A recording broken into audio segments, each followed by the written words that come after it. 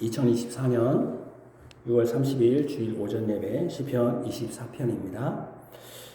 우리 구주 예수 그리스도의 사랑을 받는 성도 여러분, 한 나라의 대통령이 선출되면 취임식을 합니다.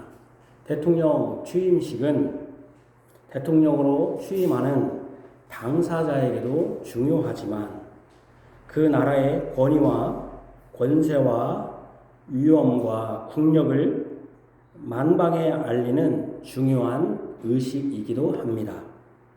나라의 영광과 권세와 힘이 대통령의 취임식에 위엄있고 장엄하게 드러나야 합니다. 한 사람의 대통령이 공식적으로 대통령으로서의 업무를 시작하는 그 취임식의 행사를 통해서 이 나라의 대통령의 권세와 권위뿐 아니라 그 나라의 권세와 국력이 드러납니다. 그래서 그 취임식의 화려함도 중요하지만 그 취임식에 누가 참석하느냐에 따라 그 취임식의 권위가 증명되기도 합니다. 세계 각국의 국왕이나 대통령, 수상이 참석한 것과 국무총리나 장관급이 참석한 것은 그 취임식의 권위와 권세를 격상될 수도 있고 실추시킬 수도 있습니다. 이제 막 취임한 대통령은 그가 직무를 수행할 대통령실이나 백악관 등 대통령의 직무실에서 첫 업무의 시작으로 거기에 들어가서 업무를 시작하는 공식적으로 그것을 공식적으로 알립니다. 오늘 저는 시편 24편의 하나님의 말씀으로 예루살렘 성문으로 들어가시는 분, 바로 대통령이 업무를 시작하는 백악관과 청와대에 들어가듯이 대통령실에 들어가듯이 성문으로 들어가시는 분을 다음과 같은 제목과 내용으로 설교하고자 합니다. 영원한 문으로 들어가시는 분은 누구신가? 만물을 다 자신의 것으로 삼으신 분이시다. 여호와의 산에 오를 자이시다. 영광의 왕이신 만군의 왕이시다. 첫 번째로 만물을 다 자신의 것으로 삼으신 분이시다. 시편 24편은 질문과 답변으로 시를 전개합니다. 3절에 여호와의 산에 오를 자 누구며 거룩한 곳에 설 자가 누구인가? 이렇게 질문합니다. 누굽니까? 이렇게 이에 대한 답변으로 대답으로 4절과 6절까지의 내용입니다. 또 8절과 9, 10절은 영광의 왕이 누구시냐고 동일하게 묻습니다. 이것에 대한 대답이 7절과 10절에 있습니다. 이런 구조는 시편 15편에도 유사합니다. 1절에 여호와여 주의 장막에 머무를 자 누구며 주의 성산에 사는 자 누구오니까 라고 해서 그 사람을 설명합니다. 질문하고 답하는 것이죠. 또 시편 121편도 내가 산을 향하여 눈을 들리라 나의 도움이 어디서 옵니까? 라는 질문에 대답하는 형식으로 시를 전개합니다. 이런 점에서 볼 때 이 시편은 언약적입니다. 언약은 한 개인의 일방적인 것이 아니라 언약의 당사자 즉 쌍방이 있어서 그 언약의 당사자들이 서로 사랑으로 관계 맺음 질문하고 묻고 답하는 이런 언약적인 관계의 시라고 볼 수 있습니다. 이 언약의 당사자가 누구인가를 먼저 살필 필요가 있습니다. 언약의 당사자. 여호와의 산에 오른 자와 거룩한 곳에 설 자는 같은 사람입니다. 여호와의 산에 오를 자 누구냐? 거룩한 곳에 설 자가 누구냐? 이렇게 물어본 거 보면 누구냐 물어본 거 보면 거룩한 산에 오르는 분과 여호와의 산에 오르는 분과 거룩한 곳에 설 분은 같은 분입니다. 그리고 그러니까 여호와의 산과 거룩한 곳은 같은 것이죠. 동일한 곳, 장소죠. 장소도 같고 사람도 같다고 볼 수 있습니다. 또한 영광의 왕이 들어가신다고 하는 것을 볼 때 이 시편 24편의 배경은 영광의 왕이 들어가신다, 문으로 들어가신다 할 때는 하나님이 예루살렘에 들어가시는 것, 이는 하나님의 영광스러운 입궐이라고 해도 되겠습니다. 하나님이 예루살렘에 들어가시는 것은 쉽게 풀이하면은 하나님의 법궤가 예루살렘 성소에 들어가는 것입니다. 법궤는 하나님께서 임재하신 것인데, 그러니까 하나님이 그 법궤와 함께 하신다는 현존의 증거이기 때문에 법궤가 예루살렘에 들어가는 것은 하나님이 들어가심과 동일한 것으로 해석할 수 있습니다. 그러므로 여호와의 산에 오르는 것과 거룩한 곳에 서는 것과 영광의 문으로 들어가신다는 것, 그 모든 것은 다 예루살렘으로 들어가는 것과 동일시할 수 있고, 이는 예루살렘의 성에 들어가시는 분이 영광스러운 왕이다 할 수 있습니다.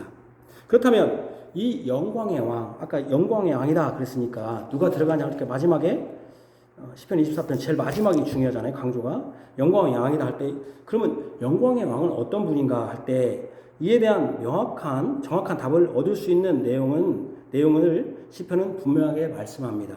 이 영광의 왕이 영원한 문에 들어가실 분이라는 것입니다.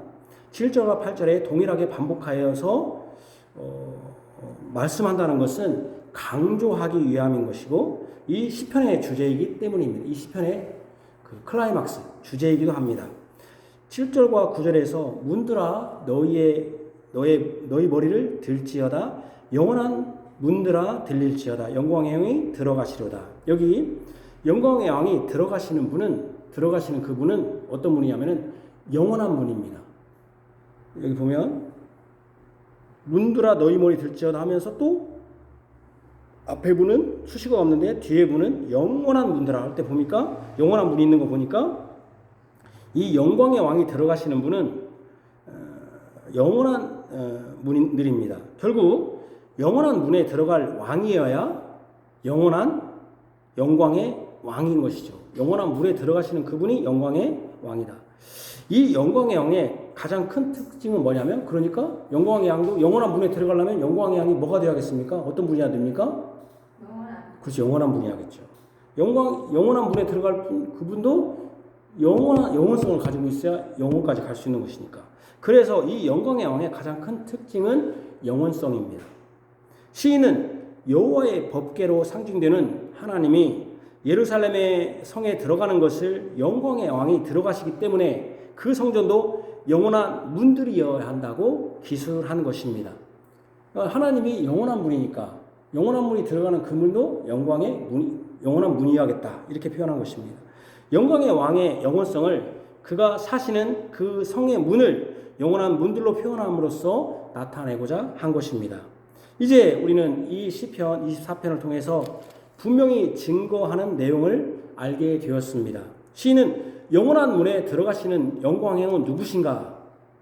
이 영원한 문에 들어가시는 영광의 왕은 어떤 분이어야 하는가 할 때 무엇과 관련되었다는 거예요? 영원한 문에 들어가는 영광의 왕은 뭐가 있어야 한다는 거예요? 영원성이 있어야 한다는 거예요. 영원성이 있어야 되기 때문에 그러니까 이 영광의 왕에 들어가는 영원한 문에 들어가는 영광의 왕은 사람이겠습니까? 사람이 아니겠습니까? 그러면 사람이 아니야겠다. 왜냐하면 아까 그냥 문에 들어가는 것은 대통령도 들어가잖아요. 영광의 왕으로서. 그죠? 이거는 영원한 문은 아니죠. 말하자면은 영국 여왕이 굉장히 오랫동안 여왕으로 권세를 통치를 했지만 결국 죽었잖아요. 영원하진 않았잖아요. 그죠? 그러니까 영원하다는 것은 말하자면은 신이어야겠다는 거죠. 우리 사람이 아니겠다. 그래서 이제 이 영원한 문에 들어가는 영광의 왕을 이 시인은 어떻게 표현하고 있는가? 먼저 영원한 문에 들어가시는 영광의 왕은 영원성이 있어야 되니까 영원한 신이셔야 한다는 것입니다. 영원한 신이셔야겠다. 신이라는 표현은 사람과 구별된다는 것은 피조물과 구별된 존재라는 의미입니다. 영광의 왕은 우리와 다른 존재여야 한다는 것입니다. 영광의 왕은 영원한 문에 들어가야 되니까. 그러니까 다윗은 영광의 왕을 자신이 이 전제국가 시대에 자신이라고 할 수도 있는데 자신이 아닌 거죠. 아무리 위대하고 강한 권력을 가진 대통령이나 국왕이나 수상이나 원수라도 그는 영원하지 않습니다. 그가 스스로 신이라고 칭하고 신으로 섬기도록 했을지라도 그는 결국 죽음 앞에 다 엎드러집니다. 그는 이따 사라지는 안개와 같습니다. 어떤 피조물도 영원한 것은 없습니다. 영원한 것은 피조물이 아닌 존재, 즉 스스로 계신 존재인 여호와 하나님밖에 없습니다. 누군가에게 의지해서 존재하지 않은 존재, 이것을 우리는 자신의 존재를 자신에게 찾는 존재, 그러니까 누군가를 의지해서 존재하지 않는 존재, 그러니까 이것은 자신의 존재를 자신에게서 찾는 존재, 이것을 스스로 계신 존재인 여호와 하나님밖에 없음을 고백합니다. 그러니까 스스로 계신 자, 이런 뜻이 뭡니까? 그게 여호와라는 뜻이잖아요. 그죠? 그러니까 여호와라는 뜻은 다른 타자에 의존하지 않고 존재하는 존재. 그건 다른 말로 말하면 자신 안에 자신의 존재가 존재할 수 있는 그 존재. 좀 어렵네요. 그래서 그것을 우리는 더 쉽게 스스로 계신 존재. 그것이 여호와라는 뜻이잖아요. 그러니까 여호와 하나님밖에 없다는 것을 고백합니다. 이 여호와 하나님은 만물에 의존하시는 분이 아니라 만물을 자기 것으로 삼으시는 분이다. 만물을 의존하는 것이 아니라 만물을 자기 것으로 삼으시는 분. 1절, 땅과 거기에 충만한 것과 세계와 그 가운데 사는 자들은 다 여호와의 것이로다. 하나님이 소유 삼으신 것은 땅에 충만한 것, 세계, 나라겠죠. 그 가운데 사는 자들입니다. 말하자면 우리가 생명을 유지하는 공간인 땅과 나라, 그리고 그 땅 위에 활동하는 모든 생물체와 사람들을 다 소유하신 분입니다. 여호와의 소유권은 바로 여호와 하나님이 만물을 지으신 분이기 때문입니다. 자기가 지었기 때문에. 그렇죠? 그러니까 자기 소유인 거죠. 창조주 하나님으로서 신입니다. 창조주이기에 만물을 초월하시는 분이시고 만물 안에서 만물을 충만케 하실 수 있는 분입니다. 이거 중요하죠. 만물은 초월해 있지만 그렇다고 해서 만물 안에서 만물을 충만케 하시는 분. 이게 누구냐면은 하나님이다. 영원한 문에 들어가시는 분은 먼저 창조주이시라는 것이죠. 창조주 하나님이시다. 창조주시다. 이 창조주신 신은 만물을 초월하지만 만물 안에서 만물을 충만케 하시는, 그러니까 하나님이 없으면 만물이 충만하지 않는 것이죠. 항상 부족한 것이죠. 만물 안에서 만물을 충만케 하는 분은 하나님. 그러니까 우리가 시편 23편에도 봤지만 우리가 부족함이 없는 것은 여호와가 내가 목자가 됐을 때 부족함이 없듯이. 그러니까 만물을 충만케 하는 것, 부족함이 없게 하는 것은 만물을 지으신 하나님으로 말미암아. 그래서 우리는 그렇게 표현할 수 있는 것이죠. 이 창조주 하나님은 여전히 만물의 소유권을 가지신 분입니다. 요즘 이제 여러분들 유튜브를 보면 창조과학회라는 이제 창조를 과학적으로 설명하려고 하는 거예요. 근데 굳이 과학적으로 설명할 필요는 없는데 어쨌든 그런 분이 있는데 그분들이 이제 뭐라고 말하냐면은 창조는 하나님이 창조를 했다. 근데 그 다음에 이렇게 보니까 과학적으로 보니까 이게 좀 진화가 된 것 같거든요. 이게 그러니까 창조는 했지만 그 다음에 한 6,000년 동안 이게 진화가 됐다. 6,000년 진화돼가지고 꼬리가 없어지고 하는 건 모르겠습니다만은 그 하루를 1,000년이라고 했으니 성경에 그렇게 했으니 진화했다. 그래서 유신 진화론이라고 합니다. 신도 있지만 진화했다. 여러분 그렇게 되면 뭐가 문제입니까? 소유권이 누가 되는 겁니까? 하나님은 땅만 만들어놨지 거기에 요즘은 그렇잖아요. 여러분 보상을 해도 여러분 예를 들면 아파트에 들어간다고 해도요. 땅 주인하고 농사 짓는 사람이 다르면은요. 어떻게 합니까? 땅 주인한테도 보상해야 되고요. 그 농사 짓는 사람한테도 보상해 줘야 돼요. 그죠? 그러면은 주인이 두 개라는 거잖아요. 그죠? 잘못된 겁니다, 여러분. 그런 이제 유튜브에 그런 내용을 여러분 볼 수 있는데 굉장히 논리적인 것지만 전혀 잘못된 것입니다. 하나님은 말씀으로 창조하신. 그래서 이 창조자 하나님은 여전히 만물의 소유권을 가지십니다. 그래서 여기 보니까 땅과 거기 충만한 것과 세계와 그 가운데 사는 자들은 다 여호와의 것, 소유권이 있으신 분. 이 세상에 존재하는 모든 것은 다 하나님의 것입니다. 하나님의 것이 아닌 것이 없습니다.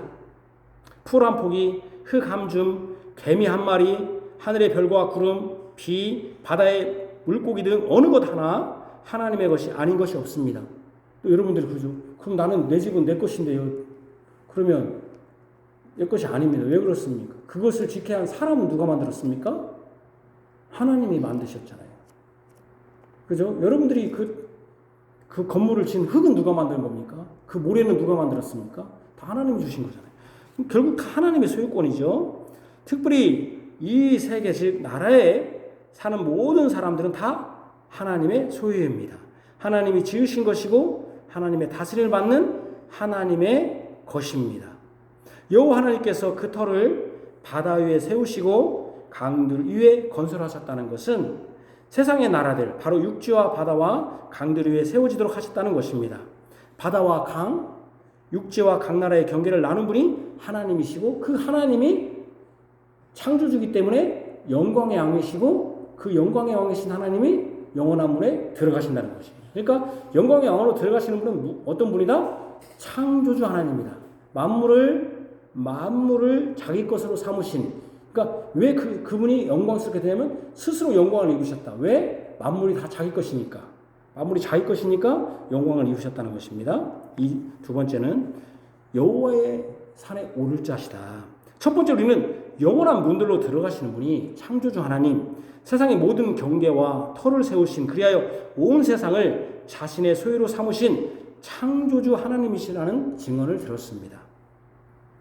이 창조주 하나님은 세상 만물을 초월해 계신 분이고 세상보다 더 큰 분입니다. 그렇다면 초월해 있고 더 큰 분이라면 이 하나님이 우리와 무슨 관계가 있는가? 하나님이 만물과 초월해 있다면, 더 크다면은, 그럼 우리는 범접할 수 없는 거잖아요. 피조물이. 그럼 어떤 관계가 있는가 하는 점입니다. 하나님이 세상과 만물에 초월해 있다면 우리는 그분과 어떻게 관계할 수 있는가 하는 점입니다. 우리는 우리의 중보자가 참 하나님뿐 아니라 참 사람이어야 한다는 것을 교리문답을 통해서 배웠습니다. 하이델베르크 교리문답 15문. 하나님과 우리를 관계 맺게 하시고 연결해 주는 중보자가 필요한데, 만약 이 중보자가 참 하나님이시기만 한다면 우리는 하나님께 나갈 수 없고 연결될 수 없을 것입니다. 참 중보자는 참 하나님이면서도 참 사람이어야 합니다. 3절 이하는 이 창조주는 하나님이 우리와 관련이 없는 분이 아니라 그냥 소유만 하고 계시고 우리를 소유권만 유지하고, 말하자면은 그래서 소유권 유지한 사람은 어떻게 합니까? 돈 받을 때만 내가 주인 행세하는 이런 분이 아니라, 관련 없는 분이 아니라 우리와 관련된 참된 중보자로서 참 사람이심을 증거합니다. 3절은 여호와의 산에 오를 자 누구며 그의 거룩한 곳에 설 자가 누구인가 하면서, 그러니까 누구인가 하면 여호와의 산에 오를 자, 거룩한 곳에 설 자가 누구인가 하면, 아까 여기 창조주 하나님은 신이잖아요. 안 보이는데 설 자가 누구고 거룩한 곳에 설 자가 누군가 하는 거 보면 사람이겠습니까? 사람이 아니겠습니까?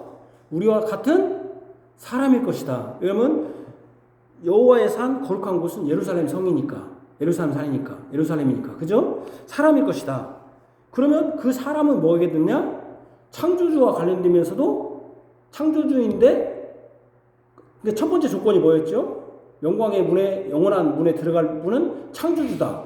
근데 창조주인데 창조주가 여호와의 산에 오를 자니까 사람이라는 거죠. 또 창조주가 사람이면서, 그러니까 이분은 우리의 창조주이시면서 사람이어야 된다.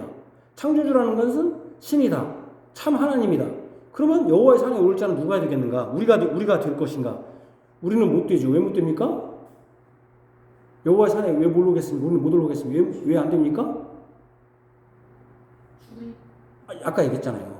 영광의 문에 들어갈, 영원한 문에 들어갈 분은 지금 첫 번째 조건이 창조주라고 했잖아요. 두 번째는 이제 조건이 뭐였냐면 여호와의 산에 오를 자라고 했잖아요. 누구냐 했잖아요. 두 번째 조건이 나왔잖아요. 근데 우리는 여호와의 산에 오를 자가 안 된다는 조건이 딱 나와버렸어요. 영광의 그 문에, 영원한 문에 들어갈 조건이 안 돼. 왜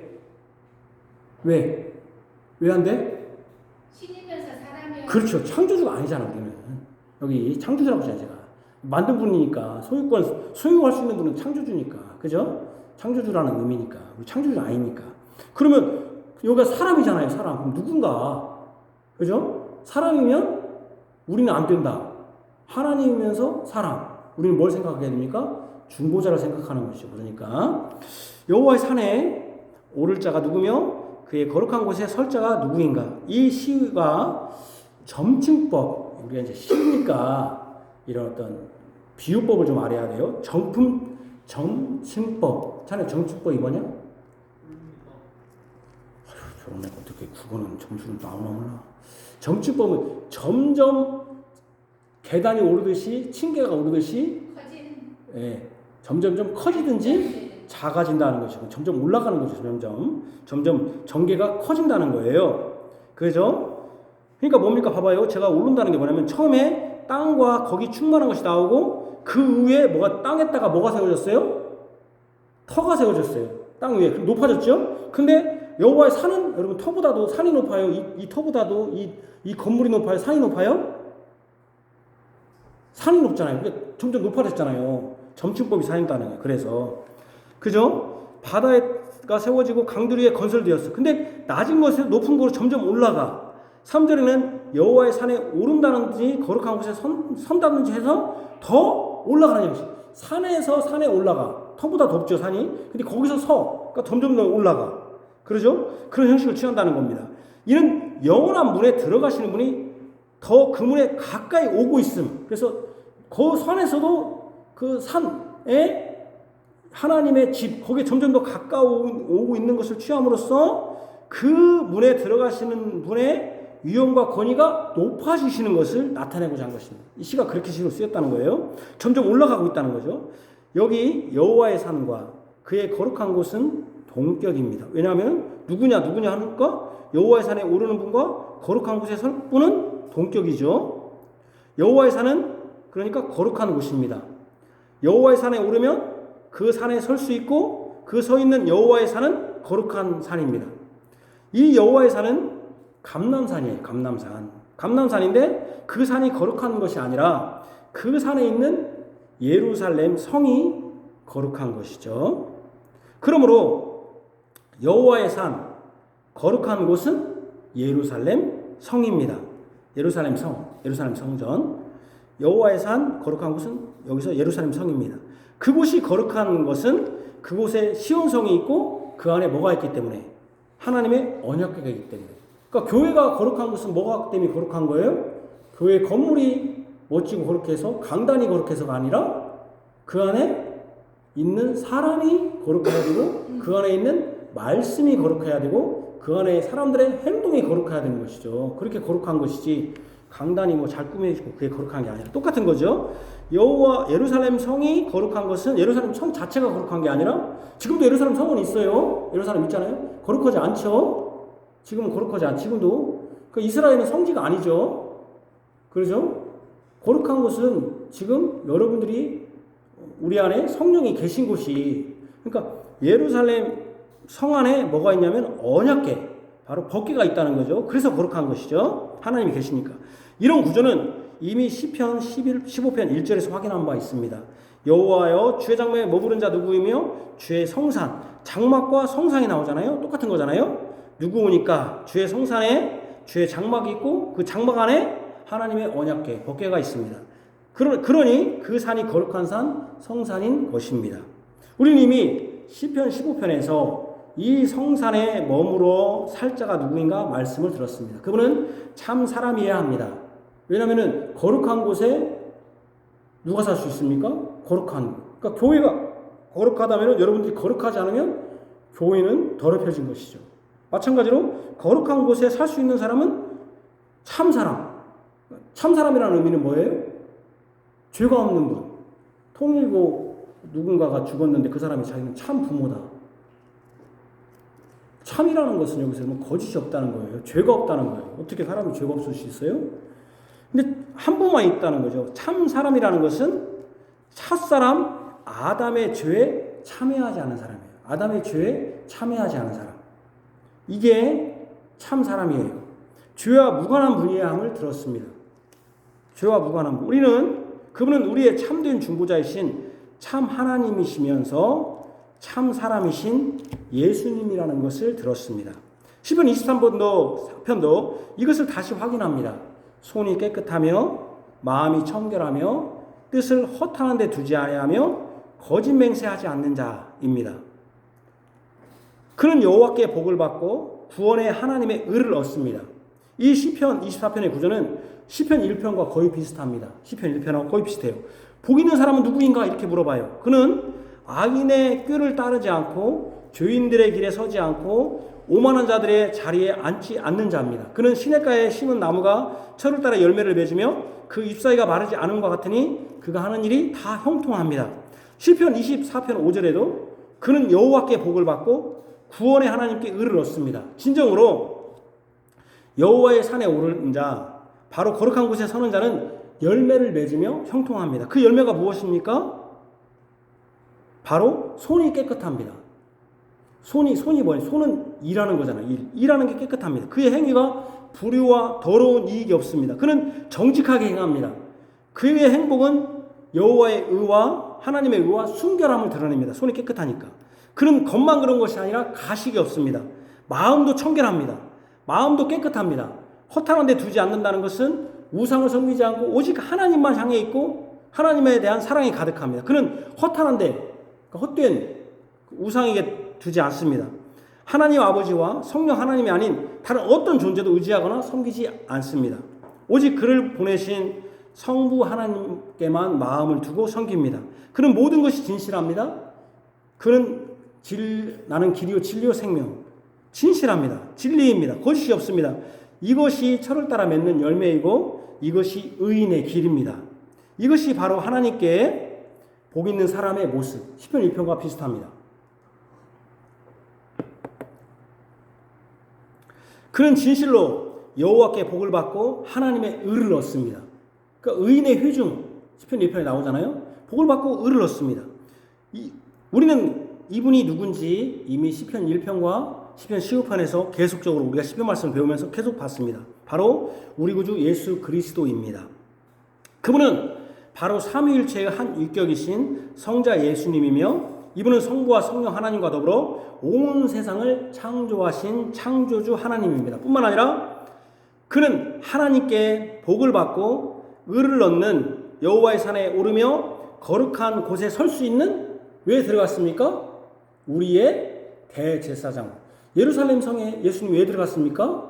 바로 대제사장으로서 하나님의 법궤, 예루살렘 하나님의 지성소에 들어갈 수 있는 것은 누굽니까? 바로 대제사장입니다. 바로 하나님이 거룩한 산에 들어가고 그 장막에 말하자면 오르고 거룩한 곳에 서는 것은 바로 하나님이 우리의 참된 중보자로서 참 하나님이시며 참 사람이신 분으로서 대제사장으로서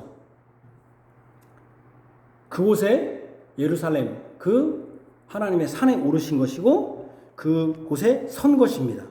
우리의 대제사장으로서 우리를 위한 참된 중보자가 되시는 성자 예수님입니다.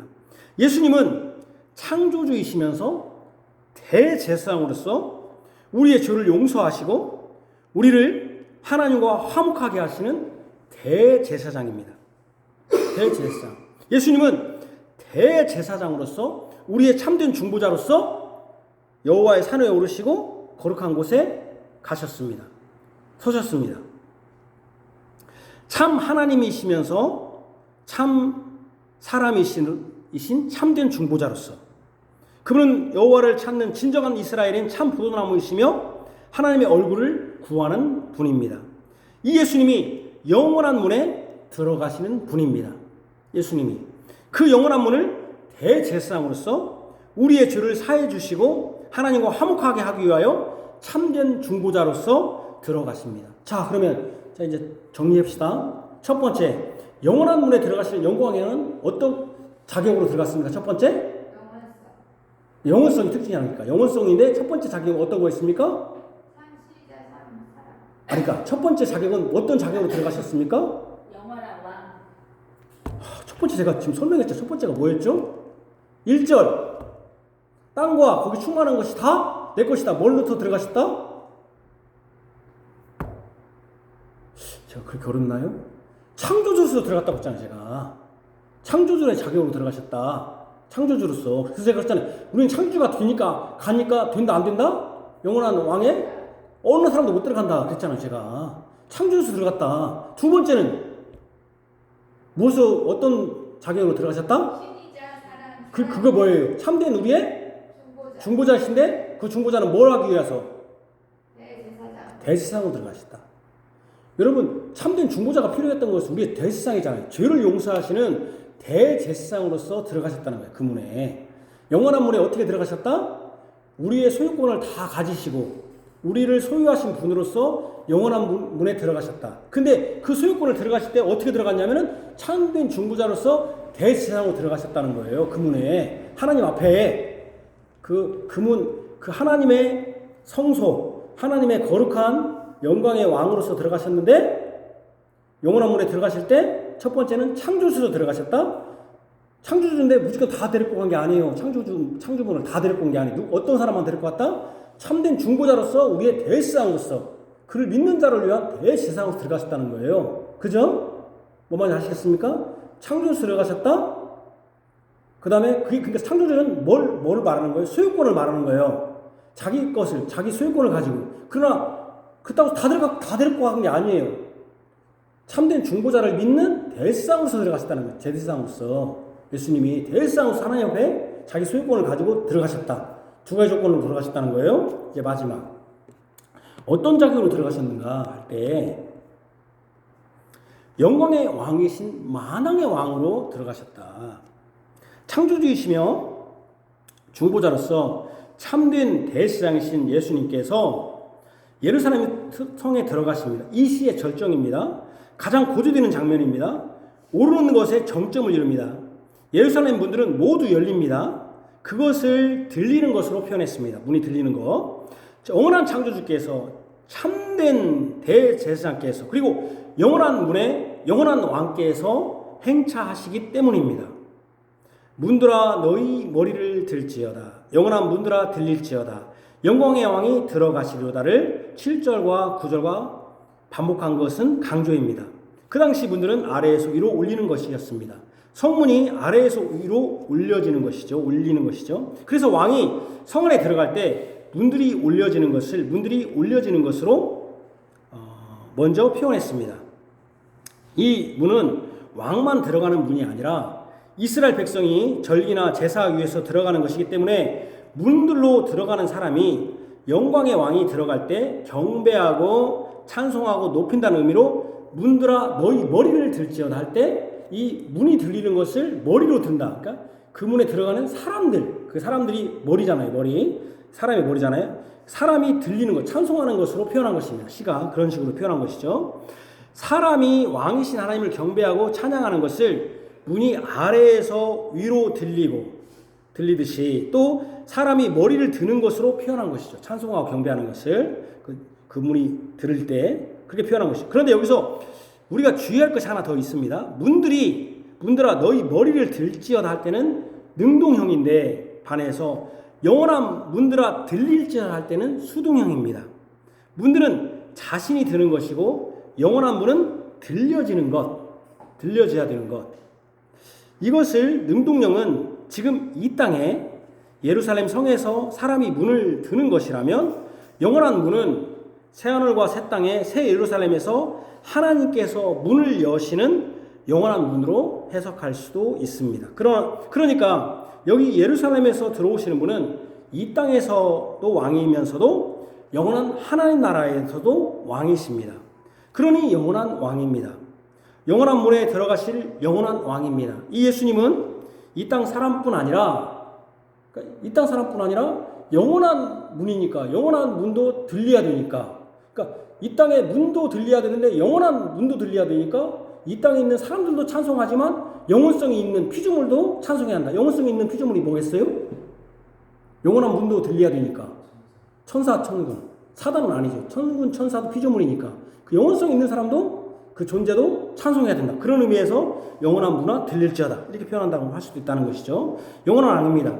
근데 이 영원한 왕은 뭐라고 표현했냐면은 영원한 왕이다 하면서 영광의 왕이 누구시냐, 이 영광의 왕이 누구냐 하는데 8절에 강하고 능한 여호와시요 전쟁에 능한 여호와시다.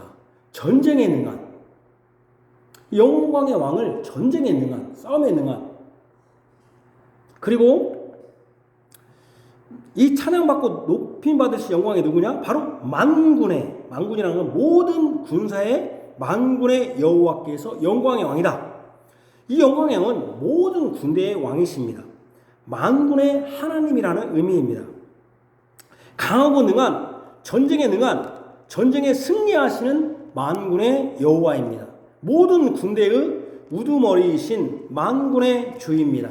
모든 만백성의 만천하의 모든 군대에게 영광을 받을 분, 그분은 영원하신 영광의 왕 예수님입니다. 예수님은 전쟁에 능한 강한 왕이시고 영원한 왕이시고 만왕의 왕입니다. 무슨 말입니까? 예수님은 전쟁에 능한 강한 왕이시고 영원한 왕이시고 만왕의 왕입니다. 만군의 왕입니다. 만군의 주입니다. 여러분, 예수님이 싸우러 싸웠습니까? 무슨 말입니까 이게? 제가 여러분들 보니까 하나 기대가 없어요. 성경 설교에. 전에 지금 무슨 말을 하는지 빨리 끝났으면 하는 것 같아요. 왜 이렇게 글이 어렵냐 얼마나 생각하는. 당연히 글이 어렵죠. 하나도 안 읽고 오고 일주일 동안 하나 성경을 안 읽고 오고 우리 주보에 만들어놨는데 시편 24편 읽어보지도 않고 한 번도 시편 24편 한 번도 안 읽고 왔지. 카페에 올려놨는데도 한 번도 안 읽었지. 이거 뭐 나로 들을 수가 없지. 한 번 성경을 안 읽지. 그러나 저는 여러분들이 맞춰서 안 씁니다. 설교는. 왜 여러분 예수님이 전쟁에 능한 강한 왕이고 영원한 애고 만군의 왕입니까? 아니 예수님이 우리는 십자가에 못 박혔다고 할 때 그들은 정치적으로 군사적인 왕을 원했다고 했는데 로마를 무찌를 왕으로 알았는데 아니 만군의 모든 군대의 왕이라고 하고 전쟁에 능한 강하고 전쟁에 능한 왕이라고 하면서 로마 하나 무찌르지 못하는 예수님. 그래서 십자가에 못 박힌 거 아닙니까? 로마 무찔러 버렸으면 그 사람들이 십자가에 못 박을 일이 없죠. 그죠? 근데 제가 감히 여기 영광의 누굴 강하고 능한 여호와시요 전쟁에 능한 여호와가 바로 예수님이다. 창조주시고 거룩한 성에 들어갈 사람 누구니까 사람이 하잖아요. 예수님이다. 그러니까 전쟁에 능하다. 무슨 말입니까? 사단과의 전쟁. 그렇죠. 바로 만군 이 세상에 존재하는 이 싸움은 별것이 없어요. 왜 사람은 죽으면 히틀러도 그렇게 강했지만 죽으면 끝났고 지금 푸틴이 그렇게 강한 것처럼 보이지만 푸틴도 죽으면 끝나요. 여기서 말하는 전쟁은 그런 의미입니다. 바로 예수님은 전쟁에 능한 강한 왕이시고 영원한 왕이시고 만왕의 왕이시고 만군의 왕입니다. 다윗은 이 창조주이시며 대제사장이시며 만왕의 왕 전쟁에 능한 왕이신 구약에는 여호와의 칭호를 가지신 하나님이신 예수님을 예언하고 찬양합니다. 이 시편 24편에 그러니까 여러분 자 이제 영광의 영원한 문에 들어가실 분은 세 가지 조건이 있어야 됩니다. 뭐였습니까? 첫 번째 창조주셔야 합니다. 두 번째는 뭡니까? 그렇죠. 우리의 참된 중보자이시면서 중보자로서 대제사장 속에 가신다. 그래서 우리의 죄를 짊어지고 가야 된다. 어떤 죄? 창조주로 내 소유권을 가진 분이 그러니까 내 것을 가지고 언약 백성 내 것을 가지고 내가 그 죄를 용서한 대제사장을 가진다. 근데 대제사장 가는데 어떻게 가는 겁니까? 그 죄와 싸워서 이길 그런 강력한 힘을 가지는 만군의 주로서 만군의 왕인 분이 가야 된다. 그 성에 들어가서 성전에 들어가서 누가 싸워야 되는 겁니까? 사단과 싸울 수 있는. 그래서 능히 이길 수 있는 분이 이 영원한 문에 들어가신다.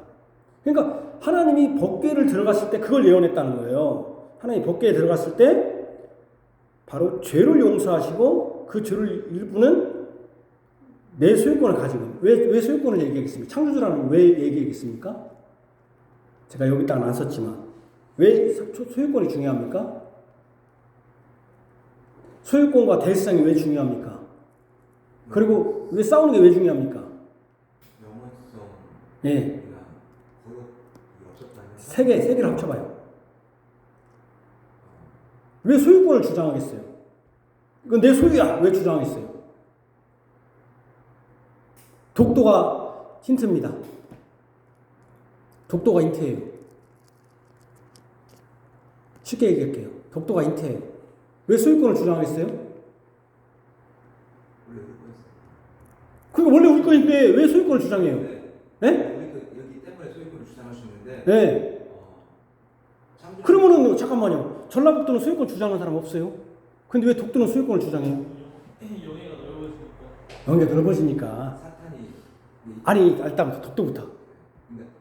일본이 참. 그러니까 일본이 자기 땅이라고 하니까. 예. 하나도 되는데. 대한민국 땅은 미국이 우리나라 땅이라고 하는 사람 없어요. 대한민국 여기는. 제주도는 일본이 사람이 하는 사람이 없어요. 그죠? 근데 독도는 그러면 왜 하나님이 내 소유권, 내 창조자라고 소유권을 주장했어요? 왜 주장했어요? 이게 원래 내 것인데 사단이 자꾸. 그죠? 내 것이라고 누가 말하고 있습니까? 하나님이 사단이 계속 이건 내 거라고 주장하니까. 그죠? 내 것이다, 이게 내 거다. 뭐임 네 거냐, 내 거다 하니까. 지금 예수님이 이 예루살렘에 들어가시는 것은 어떤 걸로 들어가고 있어요?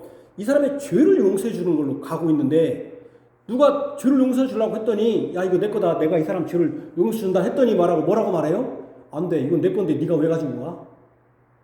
누군가 소유권을 주장하잖아요. 그죠? 그게 누구예요?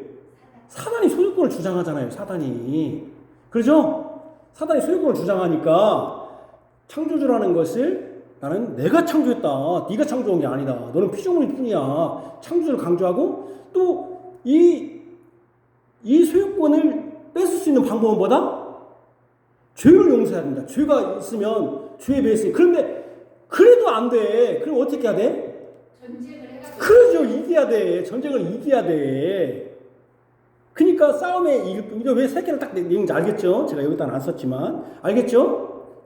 그러니까 내가 지금 예수님 예루살렘 성에 왜 들어갔어요? 예루살렘 들어갔잖아요. 우리가 지금 봐잖아요. 마태복음 20장. 왜 들어간 거예요, 사실? 영광의 왕으로서. 왜 왕으로서 왜 들어간 거예요, 예수님이? 왜 들어간 거예요? 죽으려고 들어갔잖아요. 죽으시려고 들어갔잖아요. 죽으잖아요. 아까 말한 전쟁에 들어간다고 했는데, 전쟁에 들어가는데 우리는 막 로마 패권을 이길 것으로 생각했는데, 그렇게 한 게 아니라, 이 싸움은 영적 싸움이라. 사단과의 싸움이에요. 사단이 지금 소유권을 자기가 주장하고 있어요, 지금까지. 다 소유권을 주장하고 있잖아요, 지금. 그죠? 근데 예수님이 뭐냐니까 들어가시면서 소유권이 내 거, 원래 내 거야, 이거. 그리고 내가 참된 대제사장으로서 이 죄를 이기는 것이다. 그죠? 근데 죄를 이기려고 했는데 안 놔줘. 싸워야지. 그죠? 싸워서 이겨야지. 그러죠? 이겨야 하잖아요. 이거를, 소유권을. 그러죠? 그래서 오늘 제가 이 세 가지 조건이 예수님 어떻게 오늘 시편 24편의 찬송과 송청을 우리가 지금 마태복음 설교를 듣고 있잖아요. 마태복음 21장 딱 지금 거기에요. 그죠? 우리가 딱 거기에요, 지금. 지금 거기 설교하고 있잖아요. 예수님이 예루살렘에 들어가시는 장면과 연결시켜 봅시다. 참으로 땅과 거기 충만한 것과 그 안에 사는 자들은 다 주님의 것입니다. 모든 것이 예수님이라는 것을, 예수님의 것이라는 칭호는 주가 쓰시겠다 하라 할 때 확인할 수 있습니다. 주가 쓰시겠다 하라. 주님이 쓰신다고 하니 익명의 어떤 사람은 나귀와 나귀 새끼를 내어줍니다. 이 주님은 그들을 통제할 수 있는 주인이시고, 그분이 이렇게 할 수 있는 것은 그분이 땅과 거기 충만한 것과 그 가운데 사는 자들을 창조하셨기 때문입니다. 예수님은 나귀 새끼를 타고 가십니다. 그 나귀 새끼는 아직 사람이 타본 적이 없는 멍에 매이지 않은 새끼입니다.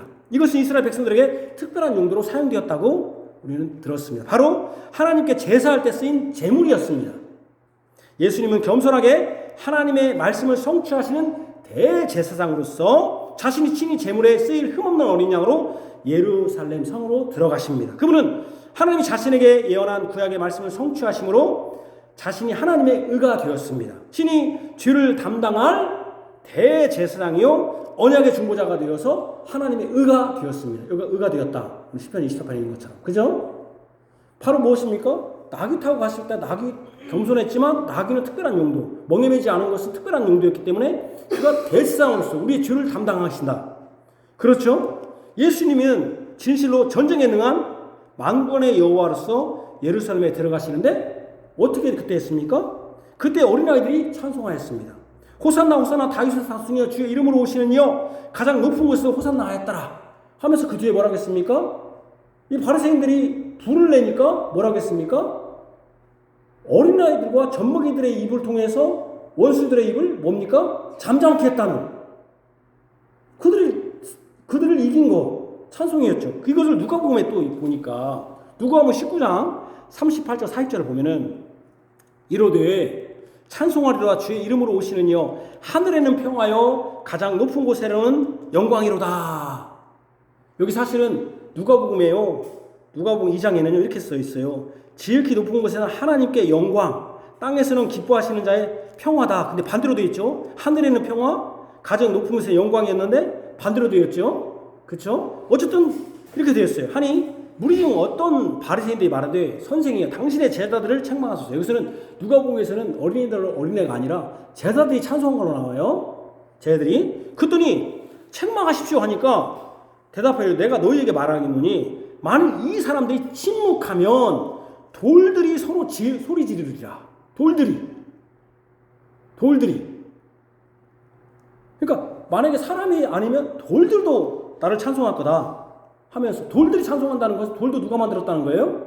하나님이 만드셨다는 거 아니겠습니까? 근데 여기 봐봐요.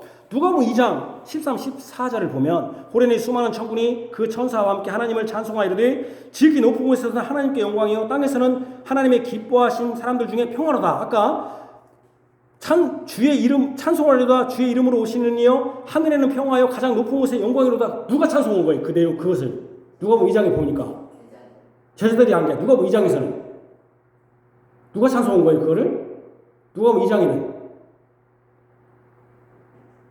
누가복음 2장 써 있잖아요. 여기 맞춰놨잖아요. 후련히 수많은 천군이 그 천사와 함께 하나님께 찬송하여 그랬잖아요. 그렇죠? 그렇죠? 제가 아까 했잖아요. 문들이 아니라 영원한 문들아 들릴지어다. 영원한 문들도 뭡니까? 영원성에 있는 사람도 이 문들 그 여호와 예루살렘 성에 들어가는 그 사람뿐 아니라 그 머리가 아니라 영원한 성에 있는 영원한 문도 찬양한다 할 때 제가 천군 천사도 찬양한다고 했잖아요. 여기 보니까 제자들뿐만 아니라 제자들이 찬송한 내용이 천군 천사들이 찬송한 내용이에요. 바로 지극히 높은 곳에서 하나님의 영광이요 땅에서는 기뻐하시는 사람들 중에 평화로다. 이것을 하늘에는 평화 가장 높은 곳에서 영광이로다. 바로 어떻게 했습니까? 예수님이 들어가실 때 찬송한 것이죠. 근데 그때 찬송했을 때 사람들이 찬송하지 않아. 그때 예수님이 뭐라고 했습니까? 돌들이 찬양할 거다. 너희들이 찬송하지 않으면은. 그렇지 않습니까? 그러니까 하나님의 소유권, 하나님이 영광스러운 왕으로서 지금 그래서 어떻게 합니까? 이들이 돌들도 찬양할 거다 한다는 것은 뭡니까? 지금 제자들을 책망하는 바리새인들, 바로 바리새인들의 배후에 있는 사단을 잠잠케 하신 거죠. 사단을 이긴 거죠. 제가 얘기했잖아요. 그때 이 마태복음 21장에 어떤 구조와 똑같다? 마태복음 2장에 나오는 헤롯이 동방박사를 만나고 그래서 쫓겨났던 나사렛 쫓아냈던 그 구조와 똑같다. 그래서 사람들이 뭐라고 하냐? 마태복음 이제 그 예루살렘 성에 올라갈 때도 이제 이긴다 우리가. 예수라는 자는 우리가 이길 수 있는 존재다 하는데 어린 아이들과 젖먹이들이 나오는 찬송을 통하여 그들의 입을 잠잠케 했던 이거였잖아요. 여러분들이 왜 관심이 하나도 없는 줄 아세요? 다른 목사님들처럼 이렇게 해야 복 받습니다. 이렇게 해야 성공합니다면은 대번에 들어요. 오, 이렇게 하면 성공한대. 근데 성공한 얘기는 하나도 않고 제가 성경 말씀하니까 재미 하나도 없어요 지금. 아 오늘 진짜 늦게 끝나네. 하나 나오고 관심이 없는 거예요. 나오고 이게 하나 부합이 안 돼 지금. 그러니까 우리가 망하는 거예요 사실은. 예수님을 전하는 게 아니라 예수님을 통해서 내가 뭘 얻고자 하는 그게 뭐예요? 무당 종교가 된 거예요 우리가 지금. 무당 종교. 미신 된 거예요 미신. 뭘 얻으려고 하는. 성경은 예수님을 증거해서 예수님을 믿고 예수님께 감사하고 찬양하는 게 아니라 단지 그냥 내 거 하나 그냥 뭐 하나 받아먹고 그냥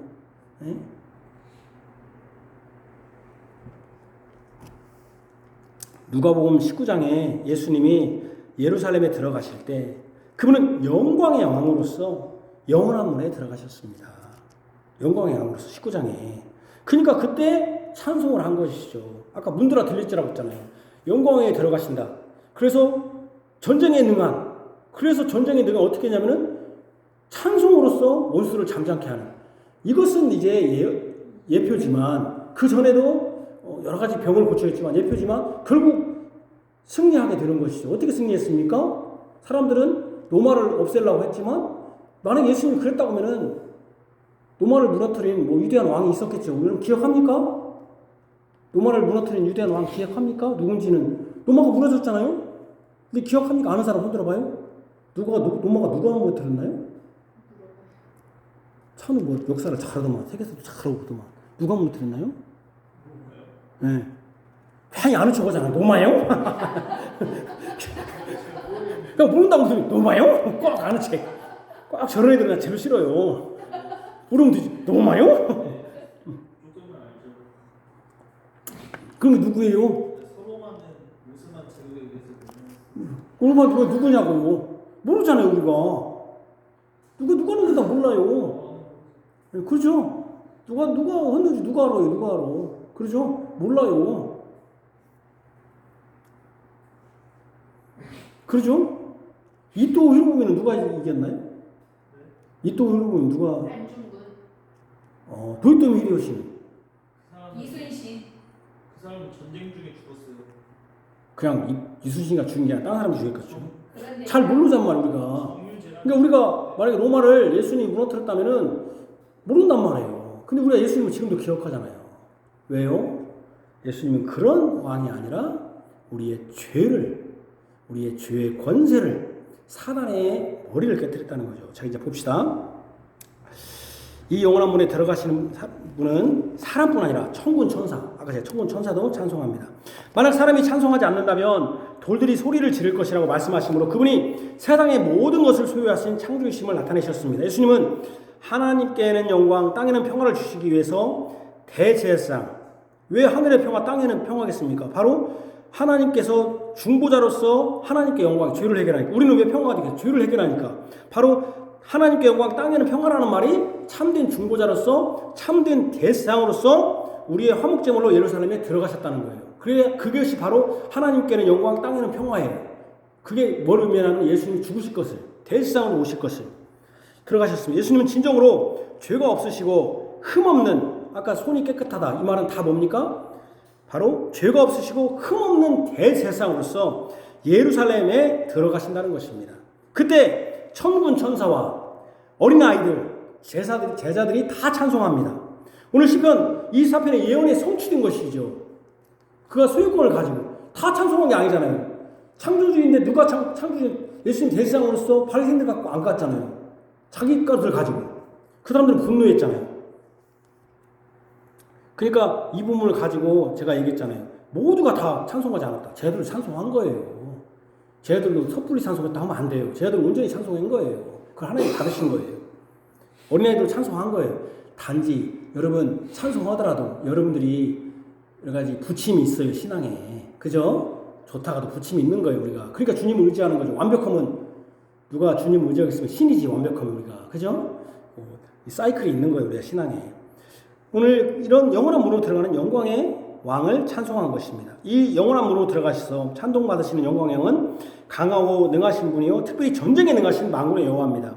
예수님은 진실로 어린아이의 젖먹이 입에서 나오는 찬미로 주의 대적자와 보복자들을 잠잠케 하였습니다. 특별히 시편 24편은 이 전쟁에 능한 만군의 왕이 창조주이시고 죄가 없으신 완전한 대상이며 왕으로서 말씀하심으로 피조물을 다 능히 이길 수 있는 분임을 증거하였습니다. 이 말은 사탄과 싸워 능히 이길 수 있는 유일한 분이심을 증거한 것입니다. 창조주이시면서 사람이 되셔서 우리를 대신한 중보자여 대제사장이 되셔서 우리의 죄를 멸하시고 우리 죄로 인해 사람을 두려워하는 사람들이 사람을 두렵게 하는 죽음을 멸하실 뿐 아니라 사탄의 종로로 타고 죄의 종로로 타고 사망의 종로로 내서 벗어나게 하셨습니다. 예수님은 뱀의 후손의 머리를 치실 유일한 분, 그러니까 전쟁에 능한 분이에요. 이 사단을 이길 수 있는 분은 아무도 없었어요. 지금까지 이길 수 있는 사람. 그죠? 누가 이겼어요? 그러니까 전쟁에 능한 분은 지금까지 이건 100점 100패야. 사람은 딱 한 사람만 사람으로서 하나님이신 딱 한 분. 이분이 누구예요? 예수님만이. 그러니까 전쟁이 능한 분이죠. 강한 분이죠. 만군의 왕이죠. 만군의 주지요. 그러니까 이거는 다 100점 회패야. 사단 앞에 가서는 다 100점 회패야. 왜 100점 회패예요? 다 죽었잖아요. 그렇게 죽고 끝나버렸잖아요. 영생이 없었잖아요. 그러니까 예수님만이 100점 백승이라는 것이죠. 예수님만이 만왕의 왕이라는 것이죠. 예수님은 진실로 죄와 사망을 이기신 분이요 거짓과 속임의 사탄을 이기실 분입니다. 예수님은 새하늘과 새 땅 즉 새 예루살렘인 영원한 문에 들어가셔서 영원토록 왕으로 권세를 행사하시며 모든 그들을 대적하는 자들을 멸하시고 승리하실 것입니다. 우리는 주님의 은혜로 이 예수님과 연합되었습니다. 우리는 이제 성령이 거하시는 집이 되었습니다. 우리는 예수님 그리스도로 말미암아 그리스도인 되었습니다. 우리는 왕과 제사장 그리고 선지자가 되었습니다. 우리는 이제 하나님의 것이 되었음을 선포합니다. 하나님의 것이 되었습니다. 우리는 이제 하나님께만 예배하는 제사장이 되었습니다. 우리는 이제 예수 이름으로 죄와 싸워 이기는 왕이 되었습니다. 우리는 이제 우리를 그리스도인 되게 하신 예수님을 머리들어 찬송합니다. 우리 예수님이 영광의 왕이심을 찬송합니다. 우리는 이제 참된 이스라엘로서 여호와를 찾는 족속이요 야곱의 하나님의 얼굴을 구하는 자가 되었습니다. 예수님이 먼저 참된 포도나무인 이스라엘이 되어 하나님의 얼굴을 구함으로 복을 받을 것을 은혜로 연합한 우리가 그 은혜에 동참하여 그 복을 받고 하나님을 찾고 그 얼굴을 구합니다. 그리하여 오직 여호와 하나님께 복을 받고 구원의 하나님의 의를 얻습니다. 이렇게 우리를 유하시는 하나님을 찬양합니다. 할렐루야 아멘. 기도하겠습니다. 하나님 아버지 우리 구주 예수 그리스도께서 영원한 문에 들어가실 때 창조주로서 또 참 사람이요 참 하나님이신 중보자로서 대제사장으로서 또 전쟁에 능한 만군의 주로서 왕으로서 영원한 왕으로서 영광의 왕으로서 예루살렘에 들어가셨습니다. 이것은 지금까지 사단이 자신이 내 소유다라고 하는 그 사람들의 소유권을 다시 원래 소유하신 예수님께서 가져오셔서 그들의 죄를 멸하시기 위하여 대제사장으로서 그분이 친히 십자가에 박히심으로 지금까지 아무도 이기지 못했던 사단의 그 권세, 죄의 권세를 예수님이 싸워 이기셨습니다. 예수님은 전쟁에 능하신 분이요 예수님은 만군의 왕이십니다. 영원토록 찬송받으실 왕이십니다. 예수님은 참으로 우리의 진정한 왕으로서 영광스러운 왕으로서 우리의 승리를 안기신 분이요 우리를 소유 삼으신 분이요 우리의 진정한 대제사장이 되셔서 우리를 연합하게 하셔서 그리스도인 되게 하셨습니다. 그래서 우리를 왕, 선지자, 제사장 되게 하셨습니다. 왕으로서 우리가 죄와 싸워서 이기게 하셨습니다. 선지자로서 우리의 죄를 이제 예수 그리스도께서 이기셨다는 것을 선포하고 전하게 되었습니다. 제사장으로서 하나님께 예배하게 되었습니다. 하나님 아버지, 우리가 이제 하나님의 집, 이제 우리가 하나님의 집이 되었습니다. 예수 그리스도 연합하여서 하나님 성령이 거하는 집이 되었습니다. 우리의 행실이 이제 하나님의 것이 되었습니다. 하나님께만 예배하는 자가 되었습니다. 죄와 싸워서 이기는 자가 되었습니다. 이제 우리 자신이 하나님의 집으로서 정결하고 깨끗하고 이 그리스도의 역할을 잘 감당할 수 있도록 기름 부음 받은 자의 역할을 잘 감당할 수 있도록 주께서 힘을 더하시고 뿐만 아니라 주님을 항상 영원토록 찬송하게 하여 주옵소서. 뿐만 아니라 아직 우리는 하나님께 의롭다 되었지만 죄의 유혹에 빠져 있고 또 죄를 질 때도 있습니다. 주님께 속히 오셔서 영원한 세월과 새 땅에서 영원토록 승리의 찬송, 승리의 영광의 찬송을 영광의 왕이신 하나님과 더불어 부르게 하여 주옵소서. 예수님 이름으로 기도합니다. 아멘.